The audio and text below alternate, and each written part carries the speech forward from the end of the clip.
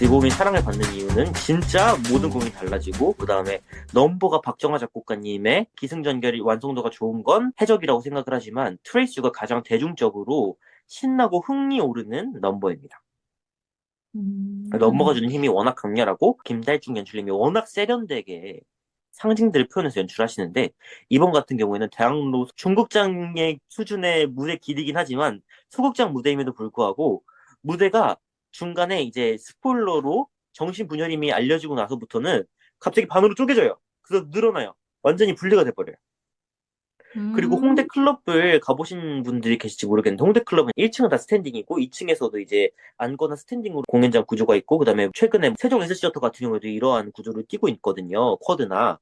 근데 그걸 그대로 살려가지고 이번에 드바이석이라고 무대 위에 그 객석을 따로 설치했어요. 그래서 그 자리가 오히려 더 티켓팅하기 힘들 정도로 사실 그 자리는 시야 방해가 심할 자리고 사운드가 정말 커서 귀가 먹먹해지는 자리라고 하는데 실제로 그 자리에 앉았다가 또 이명을 호소하신 관객분들도 계실 정도로 쉽지 않은 자리임에도 불구하고 그 현장감 때문에 워낙 빨리 매진되기도 했고요.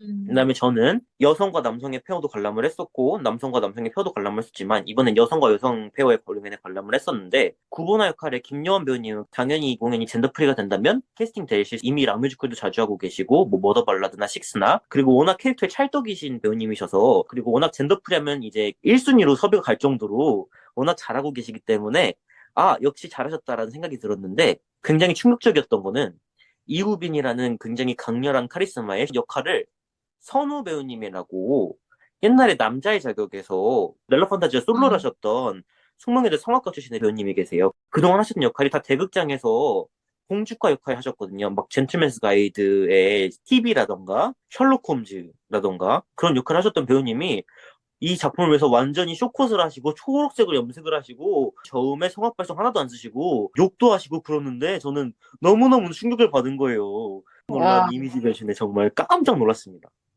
와, 그분 아니, 우리, 성공했네요. 완전 네. 완벽한 변신을 했잖아요. 근데 이 작품 하나만을 위해서 짧게 쇼컷을 하고 초록색으로 염색을 하고 보통 락 뮤지컬 하면 이제 락발성 배우님 캐스팅하시는데 성악가의 성악발성의 공주 역할 맡으시던 배우님을 캐스팅을 한다? 진짜 상상도 못했던 일이어서 머리를 빡빡 깎는 배우들도 있는데, 그래도 남자 머리면 남아있으니까 다행인 거죠. 아니, 그런데 이게 지금 난해하게 좀 바뀌었다고 그랬는데, 이게 네. 작품이 점점점 뭔가 진화하면서 막 좋아지고 있는 거라고 볼 수 있는 건가요? 아니면 그 취향적으로 변화하고 있다라고 보시는 건가요? 이미 마니아 관객분들이 워낙 많이 있는 작품이고 제 음, 생각에는 마니아 관객분들도 이제 이 공연을 너무 많이 공연을 하다 보니까 기존의 틀을 음, 완전히 유지해가지고 결말까지 고정을 시켜버리면 이게 예를 들면 중간에 장인 엔터테인먼트에서 공연해서 연출이 바뀌었을 때는 특정적인 노선으로 고정을 시켰었대요. 배우분들이 자의적으로 이제 조금씩 수정을 해도 코멘트로 막 혼나고 그랬던 적이 있었대요. 그러다가 이제 김달중 연출님이 완전히 공연을 열어두면서 정말 상상도 못했던 노선들이 막 나오기 시작하는 거죠. 예를 들면 둘 중에 한 명의 인격을 죽이는 장면도 달라지고 처음에는 엑시트라는 조명이 켜지면 오늘은 무슨 엔딩입니다. 이런 것도 이제 연출님이 기본적인 건 정했다가 그런 것마저 공연을 하면서 바뀌는 거예요. 조명이 꺼져 있는데 또 다른 엔딩이 나오고 또 다른 엔딩이 나오고 배우님들에게 열어주다 보니까 마녀 관객들 입장에서는 매번 공연이 다르니까 이 공연의 현장성 그런 매력을 충분히 살리는 거죠. 진짜 매번이 다른 공연인 공연 장르의 특성을 잘 살린 공연이 아닌가 싶습니다. 사실 오늘 처음 음. 만든 뮤지컬이나 그러한 형식의 공연 같은 경우에는 기본적인 틀은 다 짜여져 있고 스토리에 완전히 자율성을 주게 되면 너무 널을 찌는 경우가 많거든요. 오늘 너무 산으로 갔다. 그런데 이제 이거는 기본적인 노선이랑이 다 정해져 있는 상태에서 결말이 바뀜에도 불구하고 결말이 굉장히 중요한 축을 잡고 있기 때문에 관객분들 입장에서 너무 신선한 거죠.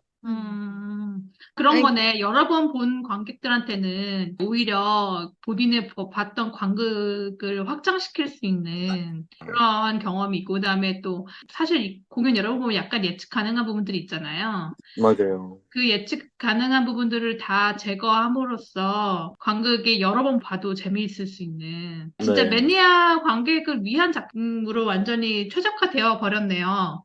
그리고 커튼콜마다 또 이제 시연하는 넘버가 다르고 하다 보니까 이제 관객들한테 직접 물어봐요.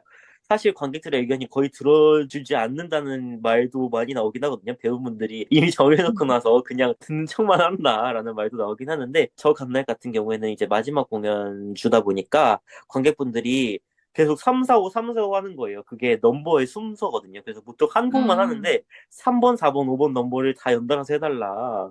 그래가지고 음, 이제 려원 배우님이 내일도 공연이 있는데 무슨 소리냐고 하는데 결국에 또 다 해주셨어요. 그러니까 이제 또 음.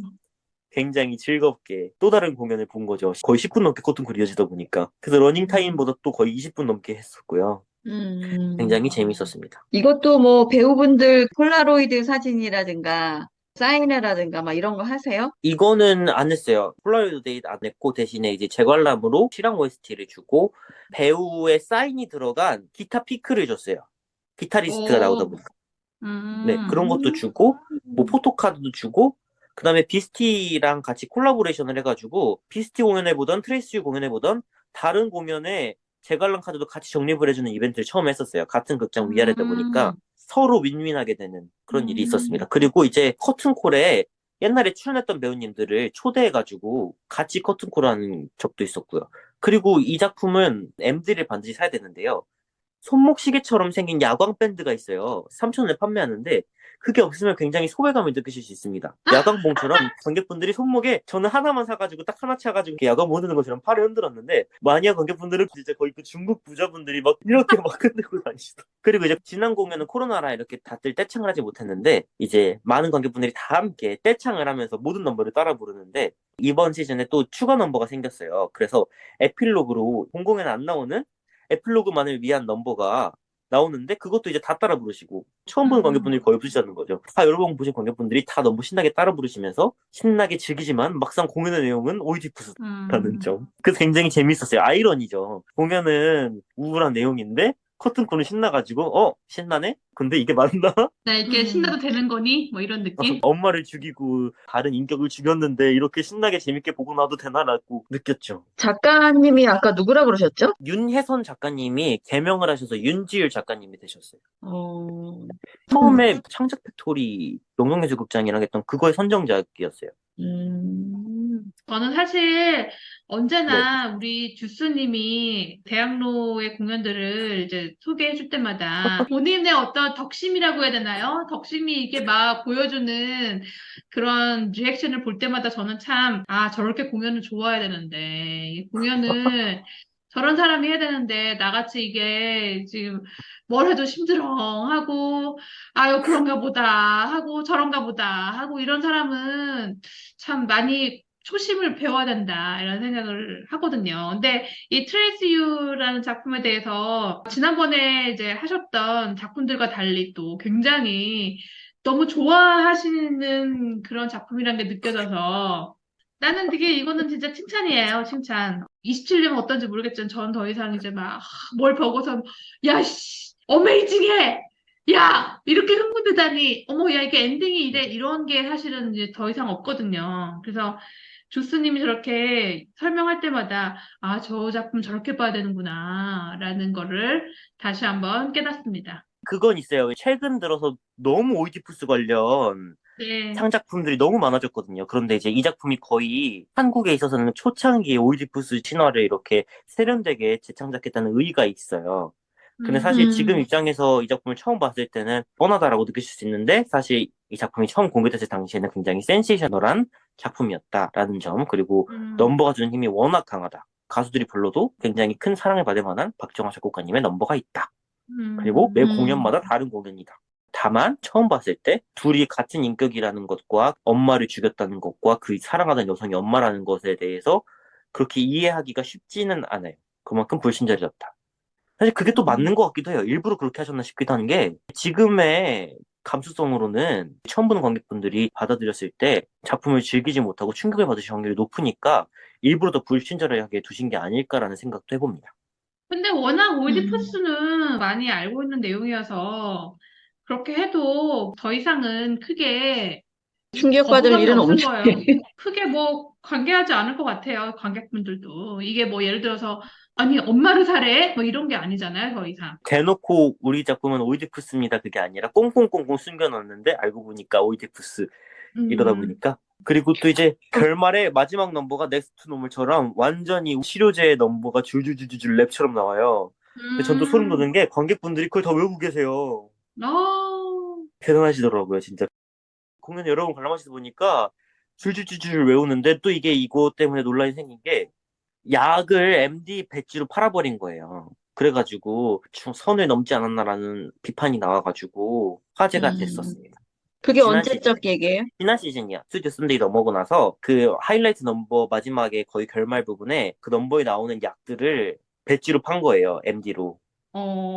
그리고 또 어, 넥스트 노멀 같은 경우에는 이제 제갈람 카드를 그 약들로 한 거죠.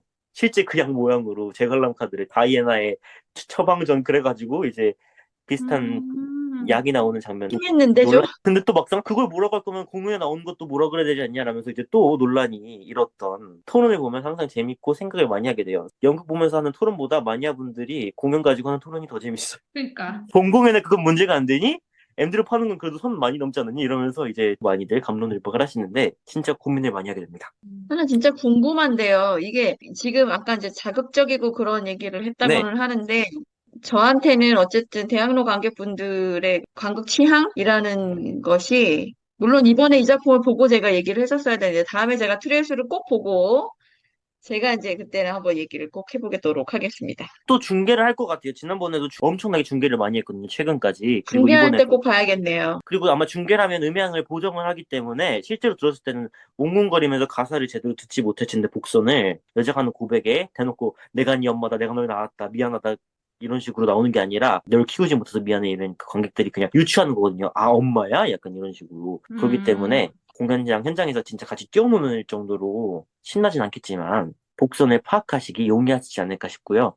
제가 음. 지금 찾아보니까 이제 가사가 이제 쏘라진 세로켈 프롤릭션 리스페달 이거를 관객분들이 계속 같이 어, 점프하면서 야광 밴드 차고 쏘라진 세로켈 프롤릭션 리스페달 그러는데 그 약 깜짝 놀랐어요 이름이에요? 진짜. 네. 별점이 어떻게 돼요? 그래서 트레이스유 평점은 별 음, 4개 드리도록 하겠습니다. 네 아, 개. 네. 10년 동안 기다렸던 여성 페어를 드디어 데려와 주셨고, 그리고 또 이 음. 여성 페어가 캐스팅 발표 때는 발표되지 않았어요. 그래서 또 이제 김달주 음, 연출님을 원망하는 댓글이 되게 많았거든요. 왜냐면 김달주 연출님이 초연 때부터 언젠가는 노소 페어라 그래가지고 나이 많은 배우님이랑 젊은 배우님 페어랑 그다음에 여성 페어도 꼭 데려오겠다라고 하셨는데 심지어 중간에 다른 회사에 있을 때도 여성 배우를 한 명을 데리고 왔었는데 정작 그렇게 10년 전에 인터뷰를 하고 계속 얘기를 해놓고 안 데려왔다. 그래가지고 논란이 많은 와중에 이제 갑자기 발표가 돼서 너무 좋았고 알겠습니다. 다음 주스님, 다음에 더 신나게 얘기해주면 좋을 것 같아요. 다음에 또 다시 새로운 리뷰로 찾아뵙겠습니다. 여러분 안녕. 안녕! 안녕.